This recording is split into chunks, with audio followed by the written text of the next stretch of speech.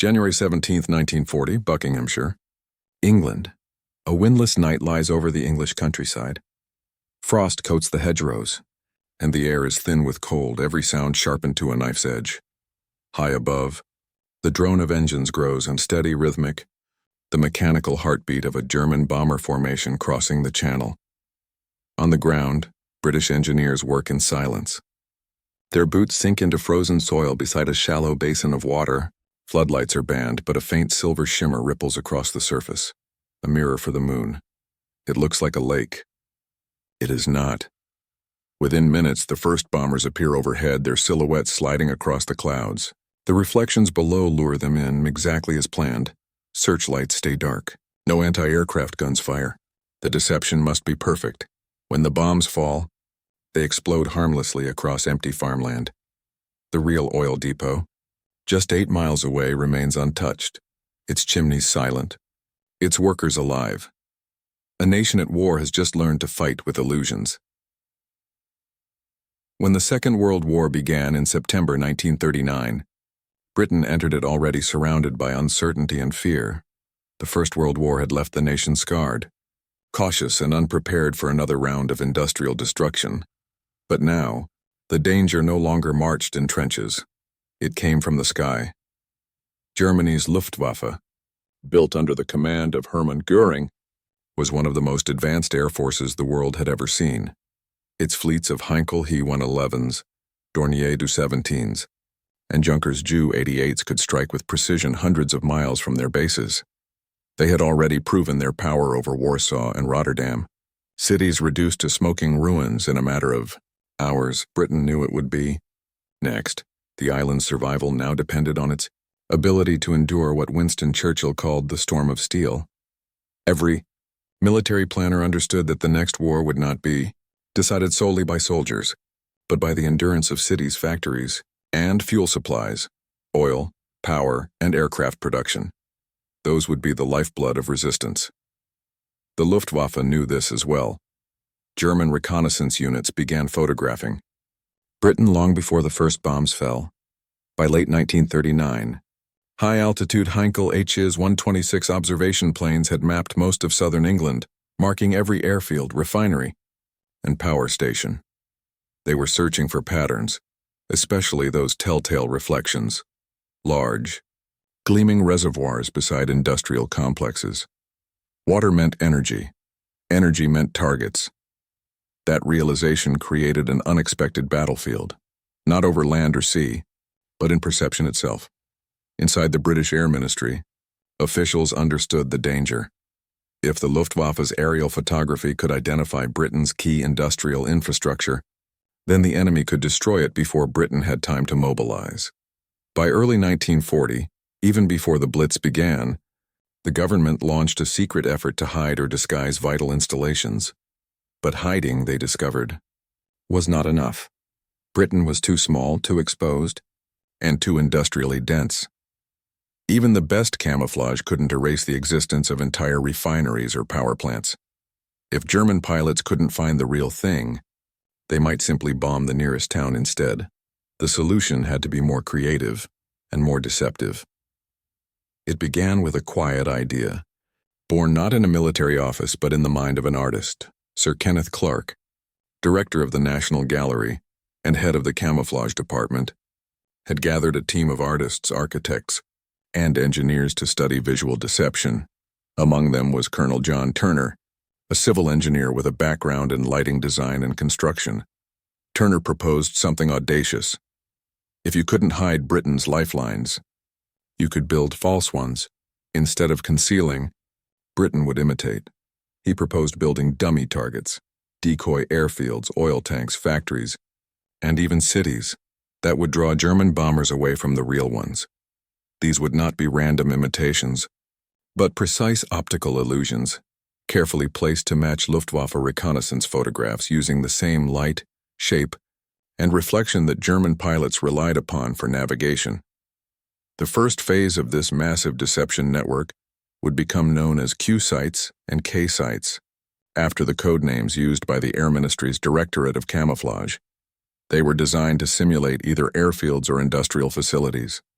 Later, As the bombing intensified, a new class of decoys, starfish sites, would appear, using controlled fires to mimic the glow of burning cities. But at the heart of many of these decoys was something deceptively simple: light reflecting off water. In Luftwaffe reconnaissance photos, the reflections of reservoirs, cooling ponds, and coastal estuaries often revealed key industrial regions.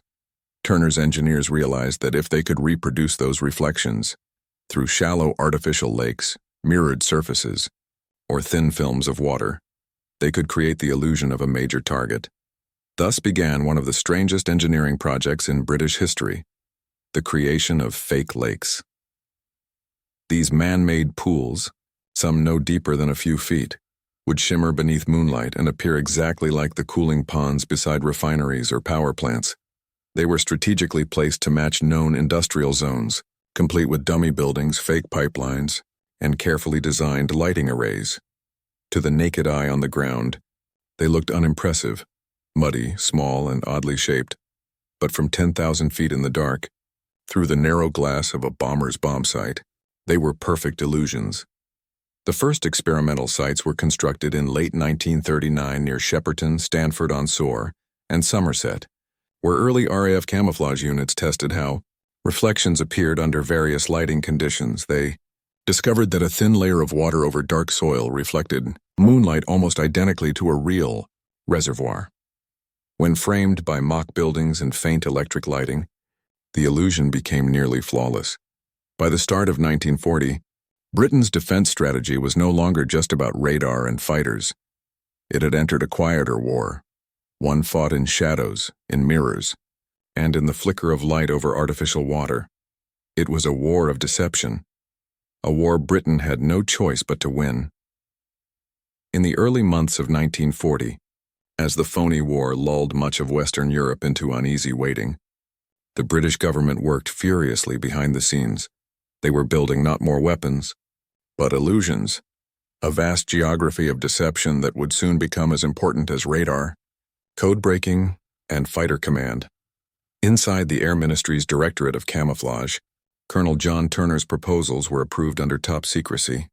He was granted command of a special engineering branch within Royal Engineer camouflage units, tasked with designing and deploying these decoy installations across Britain. The official code name for the program became Operation Starfish, but in Turner's ledgers and correspondence, each site was marked by a simple designation: QF, Q, or K. Each letter stood for a different illusion. Q sites mimicked airfields, complete with dummy runways and lighting systems that could be switched on during raids. K sites were industrial decoys, built to resemble factories or fuel depots. QF sites were special fire installations, burning decoys designed to imitate bomb damage and lure enemy aircraft into false zones of destruction. The fake lakes belonged to this third category, though they also bridged the others. They were reflective lures, passive in appearance, yet powerful under moonlight. To coordinate such work, the Air Ministry enlisted not just engineers but artists, architects, and even stage designers. Among them were men like Basil Spence, who would later design Coventry Cathedral, and Shepperton Studios technicians, who applied cinematic set-building techniques to warfare. Their collaboration marked one of the earliest examples of modern, interdisciplinary warfare, where art met engineering to confuse and mislead. By the spring of 1940, Turner and his teams had mapped out a network of decoy sites stretching from Kent to Cornwall, from Yorkshire to the Scottish lowlands. They built under the constant threat of air attack, racing against time before the full German offensive began. Every site was carefully chosen to align with Luftwaffe reconnaissance paths. German pilots often navigated by visual landmarks, rivers, coastlines, and the shimmering reflections of reservoirs that accompanied real industrial areas. To mislead them, British engineers studied these same maps, then built false water features in nearby empty fields. At Stanford-on-Soar, a false cooling pond was constructed near the River Soar, shaped precisely to mimic that of a nearby power station. In Bridgewater Bay, reflective ponds and mirrored plates simulated the glint of coastal storage tanks. At Burntisland in Scotland, Pools of oil and water were combined to create dynamic reflections that fooled even RAF reconnaissance aircraft during testing. The artistry was meticulous. In daylight, many of these lakes looked artificial, their edges straight, their surroundings barren, but they were designed for night, when form dissolved into tone and texture. When moonlight or starlight brushed across them, they came alive. Each surface was calibrated by trial and error. Sometimes engineers added floating panels to imitate ripples. Other times they used dark, oiled tarps beneath shallow water to enhance contrast from above. They even experimented with mechanical agitators, small pumps that created the illusion of movement, helping the reflections flicker like real industrial water disturbed by wind. It was a science of perception. RAF aerial photographers tested the results by flying over at varying altitudes. From 10,000 feet, the differences between real and false lakes became virtually impossible to detect. At night, under a full moon, the deception was absolute when war truly came. When the Blitz erupted in September 1940, the fake lakes were ready. They were woven into a broader illusionary network that blanketed Britain. Over 600 decoy sites would eventually be built, an invisible defense system that existed only in the minds of enemy pilots and the silent fields below them. What had begun as a desperate experiment in camouflage was now a nationwide strategic enterprise. Entire industries of deception emerged. Farmers lent land to the effort.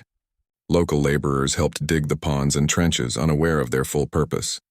To them, it was just another wartime construction project. But to Turner and his men, these false reflections were a form of quiet warfare, each one a mirror turned against the enemy. The principle was simple but profound. If the Luftwaffe's strength lay in its precision, Britain would defeat it through confusion. In the months ahead, this deception would be tested under fire, during the relentless air raids that sought to break Britain's back.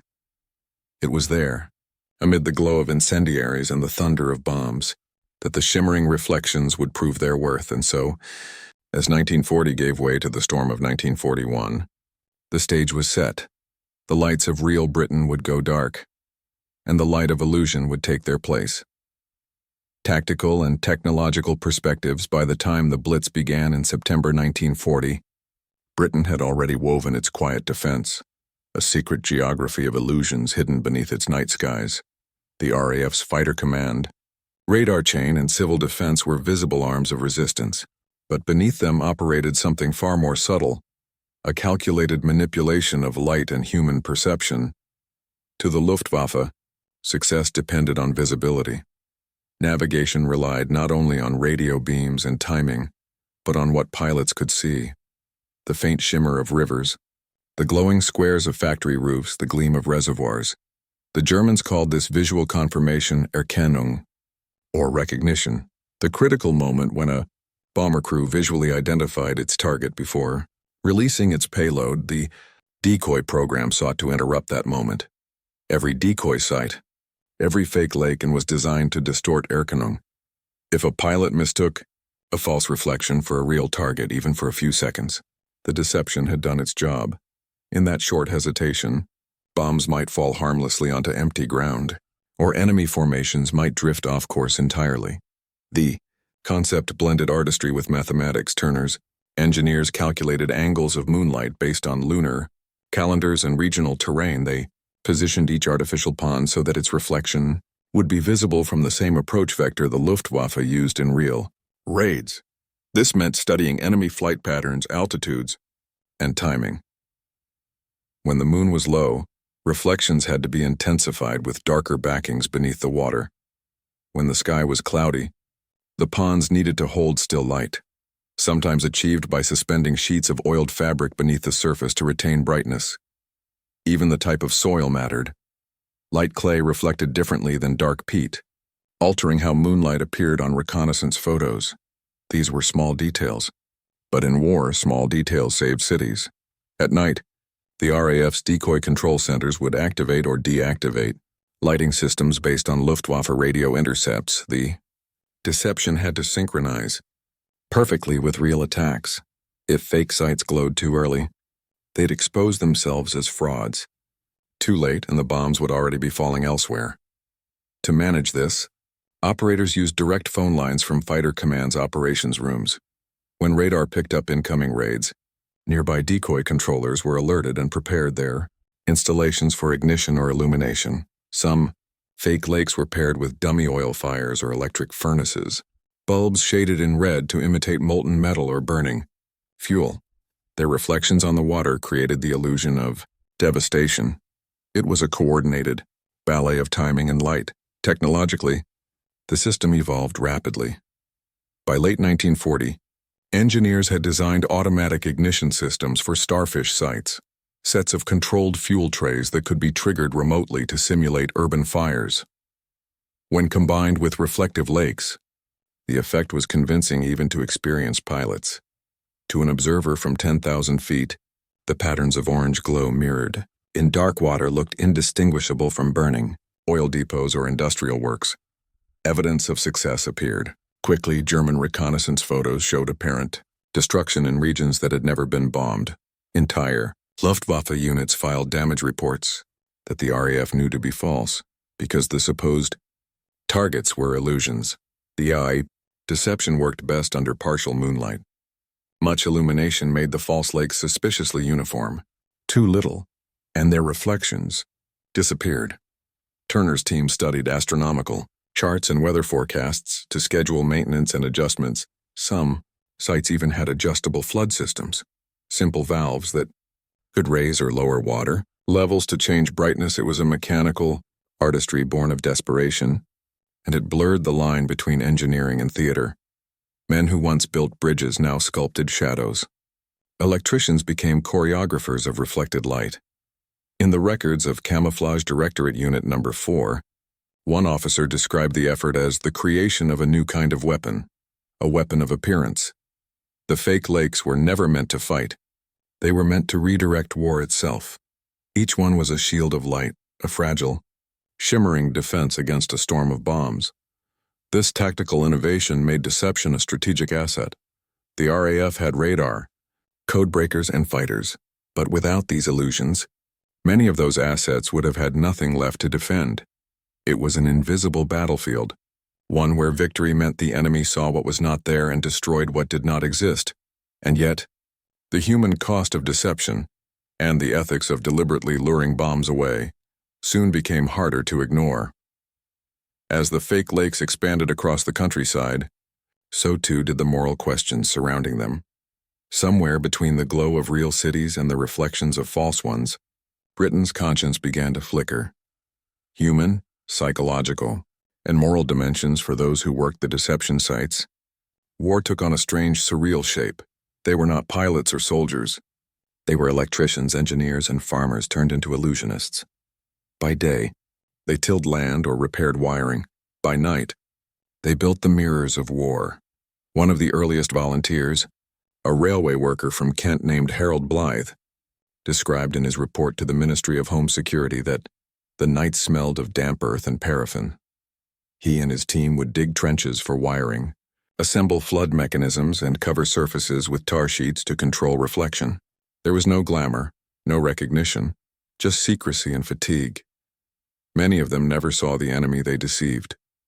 They only heard the distant growl of engines above the clouds, followed by the concussive thud of bombs, falling somewhere far enough away to mean they had done their job right. Their battlefield was invisible. Their victories were measured in what did not happen in the silence, left behind when a real town was spared. Psychologically, the deception carried an eerie tension. Every false site had to be operated by a small crew who stayed in position during raids. Their task, to light and control the decoy systems, sometimes while German aircraft flew directly overhead. If caught or bombed, there would be no warning. Many installations were hit by accident, Luftwaffe bombers dropping their payloads on the decoy, mistaking it for the real thing. Casualties among the operators were kept secret for morale reasons, but official archives note at least 15 men killed while manning Starfish and QL sites between 1940 and 1944. Still, they continued. They believed that every flare they ignited, every false reflection they maintained, might save hundreds of lives elsewhere. That belief, quiet and uncelebrated, formed one of the most profound moral undercurrents of Britain's defensive war. On the other side of the sky, German pilots faced their own psychological maze. To them, the reflections below looked real. Crews trained for precision navigation found themselves disoriented, unable to distinguish between authentic industrial sites and artificial ones. Luftwaffe after-action report recovered near Leland 1941 described unusually brilliant reflections near Bristol that did not correspond to pre-war reconnaissance maps. Commanders blamed weather, haze, or navigational error, but the pattern persisted. Even as their technology advanced, Britain's light illusion stayed one step ahead. The RAF's deception strategy was not merely defensive, it was psychological warfare. Every successful diversion undermined the enemy's confidence in their instruments, their maps, and even their own eyes. And in a war fought as much in the mind as in the air, that doubt was as destructive as any bomb. Yet among some in the British command, moral unease persisted. Was it right, they asked quietly, to lure death toward open countryside, where small villages or isolated homes might still lie within the false target zones? Could deception itself become a kind of complicity? The answer came not in words, but in necessity. After the devastating raid on Coventry in November 1940, where over 500 civilians were killed, the British government expanded the decoy network without hesitation. By late 1941, more than 500 decoy sites stretched across the United Kingdom, including over 200 QL lighting decoys and 100 starfish fire sites. The ethical questions faded beneath the roar of war. Survival demanded illusion. For the civilians who lived nearby, these installations remained shrouded in mystery. They were told little, only that the fenced fields and water reservoirs were for government use. Even decades later, many locals would discover that the ponds beside their farms had been fake lakes used to trick German bombers. Some still glimmer faintly at dusk, their outlines softened by grass and reeds.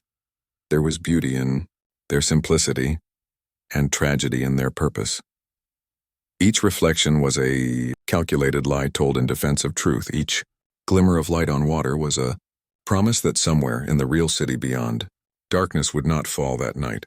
When the war ended, most of these sites were drained or forgotten. No medals were awarded for illusion. No memorials marked the men who burned paraffin in the moonlight to confuse an enemy. But their quiet work embodied a kind of courage often missing from the story of war, the courage to fight not with weapons, but with imagination. The light had become a weapon, and through that shimmering deception, Britain learned that survival could depend not just on strength, but on the ability to make darkness see what it wanted to see.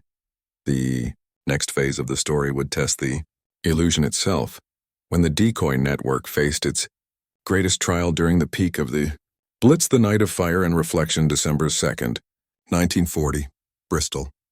The city slept beneath blackout curtains, its docks silent except for the faint hum of generators far inland. Overhead, the moon broke through shifting clouds, spreading its cold silver across the Avon River. It was beautiful and deadly. At 6:04 p.m., radar stations along the southern coast picked up a formation moving fast across the channel. Dozens of Heinkel He-111 bombers escorted by Bf-110 fighters heading northwest.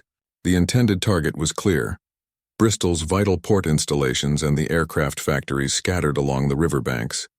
The order was sent down from Fighter Command: activate Starfish Site QL3. In a secluded field 20 miles south of the city, a handful of men began their work. They checked fuel lines, wiring, and water levels.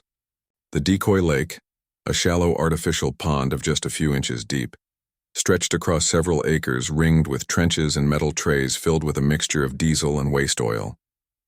Above them, the sky rumbled with approaching engines. When the first wave reached the coast, the Starfish controllers triggered their ignition system. A flicker of light, then a bloom. Dozens of small fires erupted in controlled sequence, forming the rough geometry of a burning industrial zone. Flames licked the edges of the water, creating the illusion of molten fuel running across concrete. From the air, the reflections danced and merged until the scene looked devastatingly real. The German pilots, Peering through their bomb sights saw what they expected: a burning city. A successful raid in progress. They dropped their bombs. The first explosions thundered across the decoy fields, throwing mud and water skyward. The operators ducked into trenches, shielding their faces as debris rained down. Their creation, their imitation of destruction, was now being destroyed for real. Over the next 2 hours, 160 tons of high explosives and incendiaries were dropped on farmland and pasture, instead of Bristol's heart. The docks and aircraft works remained untouched. The official RAF log for that night recorded fires visible from over 40 miles, believed to be enemy damage to dock installations.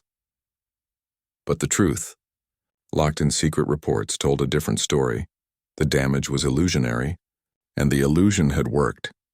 It was one of dozens of such nights across Britain. When London burned under the Blitz, when Coventry was flattened, the network of decoys expanded to protect what was left.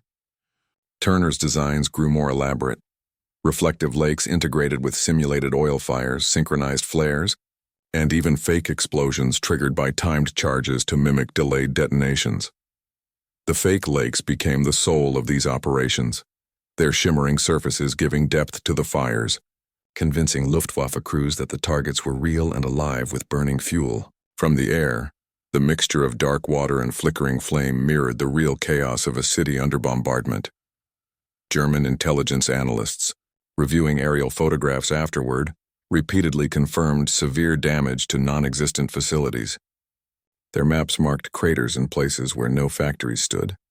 In London, Air Vice Marshal John Slessor described the results as astonishing, a light-based defense of industrial Britain.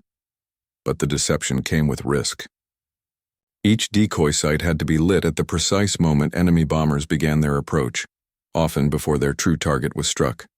If the starfish sites ignited too early, they might draw attention to their artificial nature. Too late and real cities would already be engulfed. The operators often worked under impossible pressure. Telephone lines ran directly from the observer corps posts to their huts, carrying urgent updates. Bombers over Exeter. Heading northeast. Prepare ignition. Every second counted. A missed signal could mean lives lost. On the night of April 11, 1941, the deception was tested again, this time over Sheffield, the steel city of Britain. The Luftwaffe's 5th Air Division launched over 150 bombers, aiming to cripple the steelworks critical to Britain's armament production. But by then, Sheffield was ringed with deception sites, water, fire, and shadow arranged in careful geometry. When the raiders approached, a cluster of fake lakes on the moors flared into life, their mirrored surfaces reflecting fires that didn't exist. Luftwaffe pathfinders marked the decoy zone with flares. Mistaking it for the city's industrial core, the bulk of the bombing followed their lead. Only scattered bombs reached central Sheffield. The city suffered, but it survived. In a report written weeks later, a local Home Guard officer wrote, "Had they struck 10 miles west, this city would have been gone. We owe our safety to those who burn light in darkness." By mid-1941, the decoy network had become one of the most successful secret operations in the war. An invisible barrier of illusion stretched across Britain's nightscape. Where there might once have been only darkness, now there were false stars, mirrored lakes, and flickering reflections, each one a silent act of defiance. The fake lakes were no longer just tools. They had become symbols, shimmering metaphors for British endurance. In every reflection lay the unspoken belief that truth, like light, could bend but not break. But as the war intensified, Germany's bombers began to adapt, using radar and new navigation aids that no reflection could deceive. The illusion would soon face its greatest challenge. The War of Mines and Machines. By 1942, the nights above Britain had changed. The great firestorms of the Blitz had subsided, replaced by a colder, more calculated kind of warfare. The Luftwaffe no longer relied solely on sight and instinct. It relied on machines. In a secret facility outside Hamburg, German engineers perfected the Knickebein and X-Jurat systems, radio navigation beams that could guide bombers to their targets through cloud and darkness. These technologies, pulsing invisible lines of radio energy across the channel, threatened to render Britain's deception useless. The fake lakes, the mirrored fires, the reflections, all would mean nothing if the enemy no longer needed eyes. But the British, ever watchful, were listening. From a hidden laboratory at the Telecommunications Research Establishment in Malvern, British scientists led by Dr. Reginald Jones intercepted the signals and deciphered how the beams worked. The discovery was electrifying, proof that the enemy's infallible system could be bent, even turned against them. The stage was set for a new kind of deception. Where Turner's teams had worked with light and water, Jones's scientists worked with radio waves. They built transmitters that mimicked or shifted the German beams, tricking Luftwaffe navigators into thinking they were on course when, in fact, they were drifting miles off target. In essence, Britain expanded the illusion from the ground into the invisible air. The fake lakes were still used, but now they formed part of a multi-layered deception network. On the surface, reflections continued to lure visual confirmation. In the ether, false radio beams lured navigation itself. The deception had evolved from an art of light into a science of distortion. One night in March 1942, the integration of both strategies proved decisive. The Luftwaffe dispatched more than 100 aircraft to strike the port of Hull, a vital artery for Britain's wartime shipping.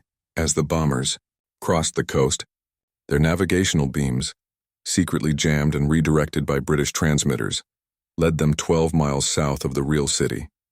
There, waiting in the darkness, were decoy lakes, fires, and lighting arrays designed to mimic Hull's industrial district. The result was catastrophic for the attackers.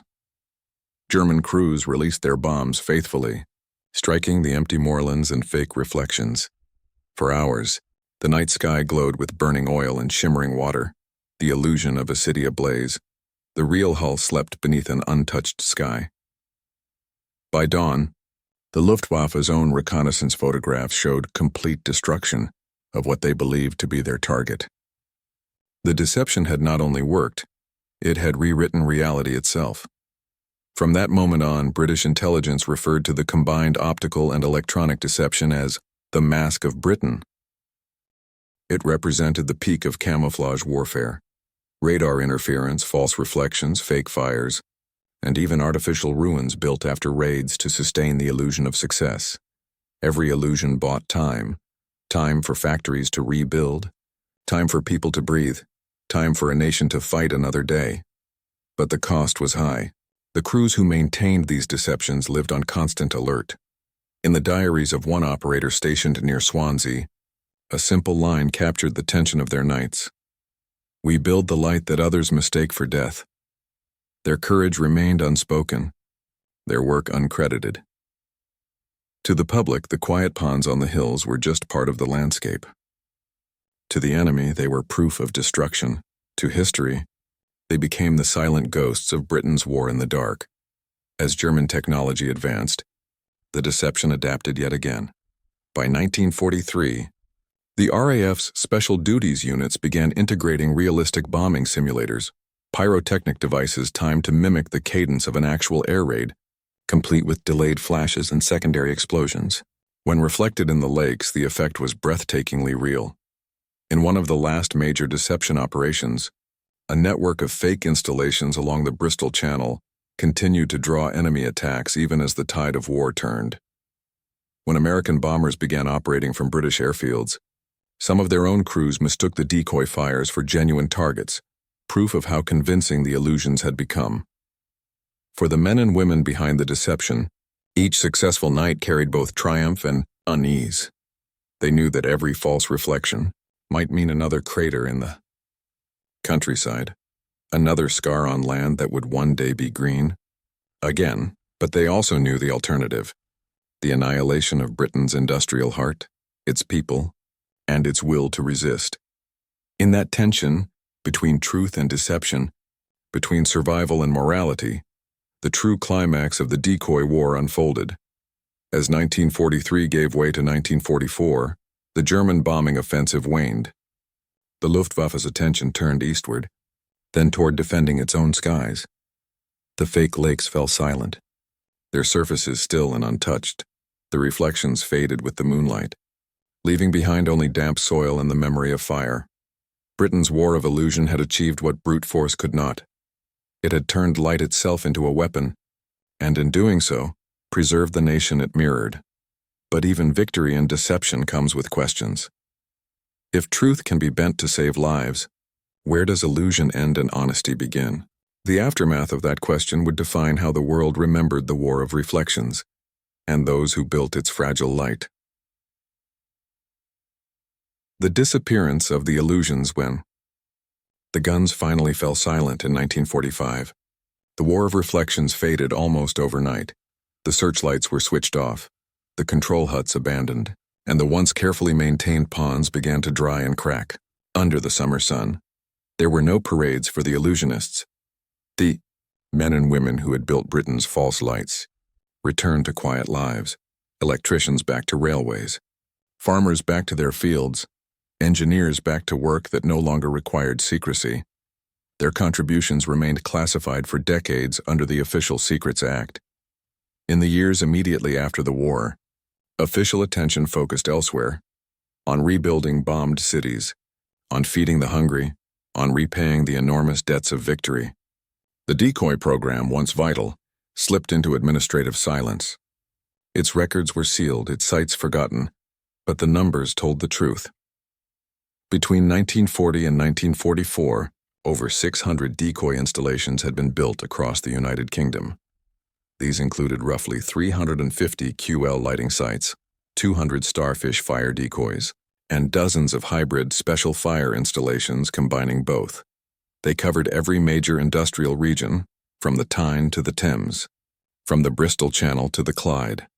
According to post-war analysis by the Air Ministry, the decoy program diverted or absorbed approximately 5 to 10% of all bombs dropped on Britain during the Blitz and later raids.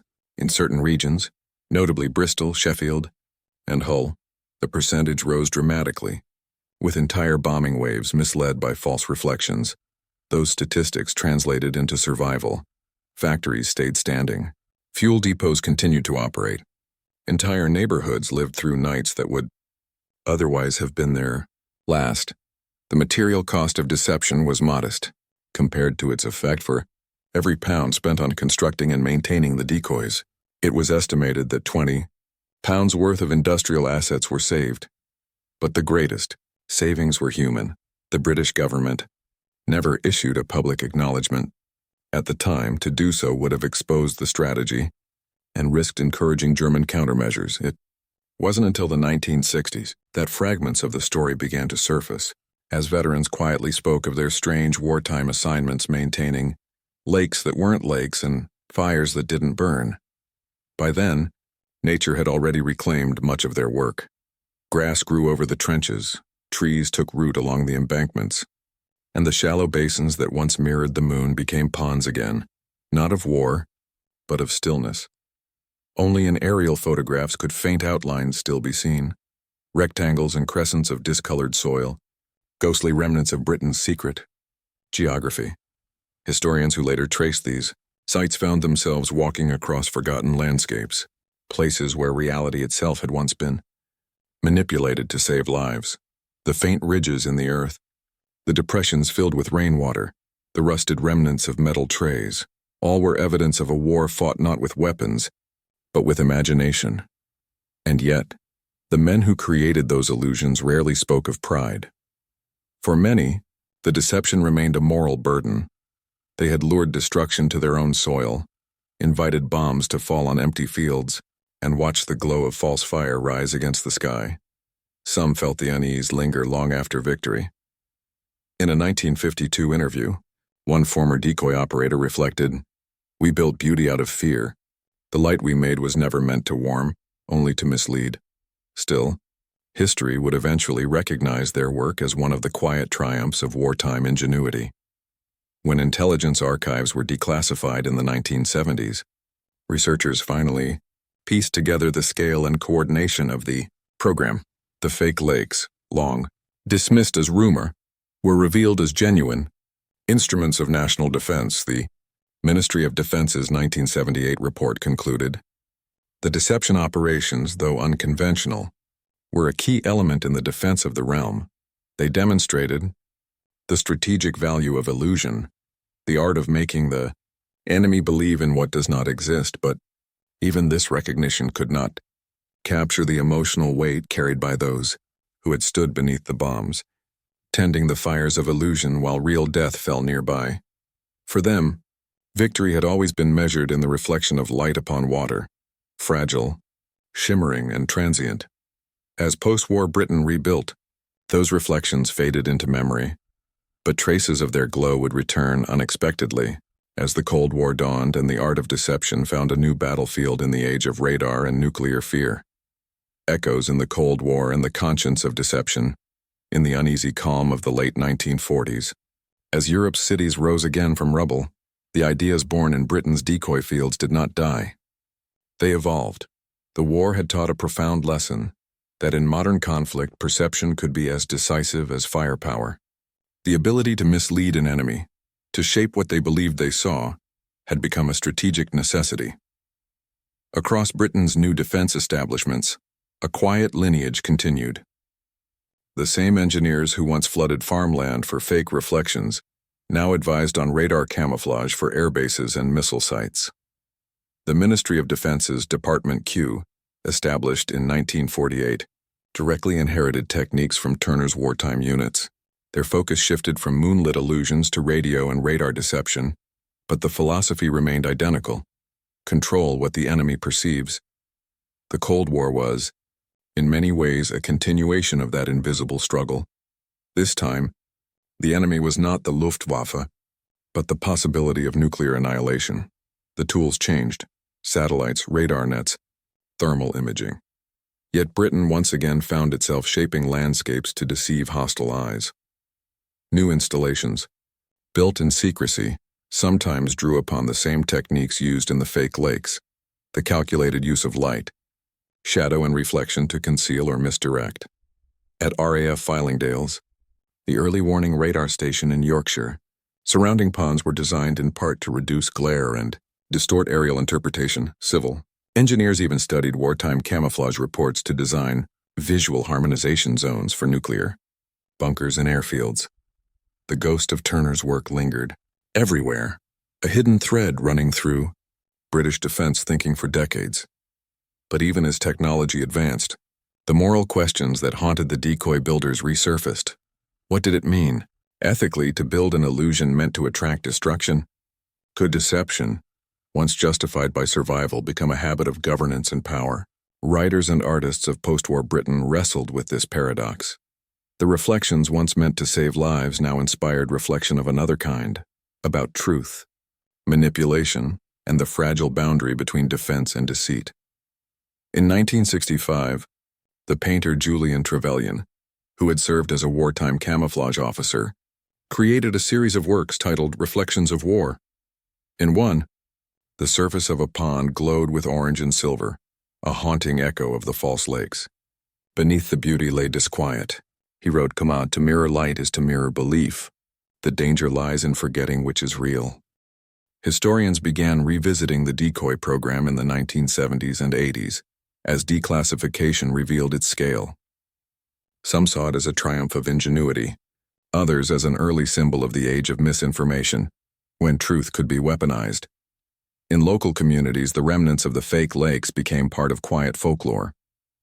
Farmers spoke of the ponds that fooled the bombers, and hikers stumbled upon strange earthworks glowing faintly in moonlight.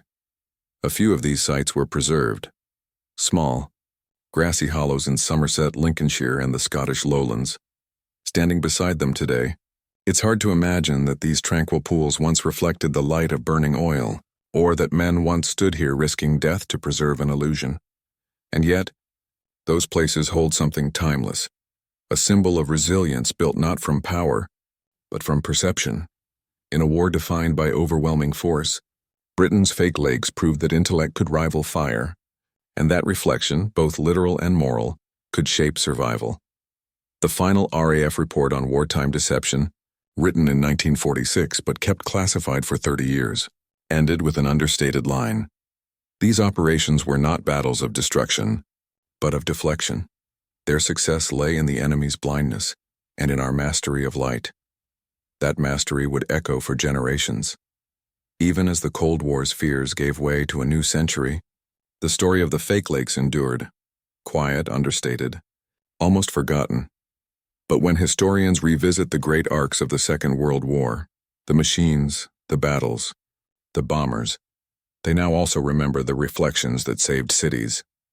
In the rippling surface of those artificial ponds lay an invisible front line, where imagination met necessity, and where the fragile shimmer of water stood between civilization and ruin. The War of Light had ended, but its reflection, in conscience, in history and memory, would never fade completely. At first glance, the story of the RAF's fake lake seems like a curiosity, a strange trick played under the moonlight of Britain's darkest years, but beneath the surface lies something far deeper. Is a story about how light itself became a weapon, about how a small island nation, outmatched in numbers and firepower, used imagination to bend the enemy's vision and fate him away from its people. In a world collapsing into shadow, Britain fought not only with steel and courage, but with illusion. Where bombs sought to erase, light was turned into shield. Where death looked down from the clouds, a shimmer of water answered with quiet defiance. Those false lakes glittering on winter nights were more than decoys. They were reflections of a national spirit, of resourcefulness born from desperation, and of a belief that even in deception, there could be honor if it saved life. Each mirrored surface symbolized a greater truth, that freedom often survives not by brute force, but by the cleverness of those who refuse to surrender. Today the ponds are still. The grass grows high around them, birds nest where once bombs fell. But when the light catches the water just right, you can almost imagine the faint hum of engines above, and the flicker of a nation's determination shining back at the sky. It reminds us that war is not only destruction, it is invention. That democracy, too, depends on vision, the courage to see differently, to believe that reflection itself can be a form of resistance. For in the mirror of those lakes, Britain saw itself, not as victim but as survivor. A country that turned deception into defense, darkness into light, and as the ripples fade into history, they leave behind a quiet truth shimmering through time, that even in war, humanity's brightest weapon is not hate nor fear, but the light we learn to reflect.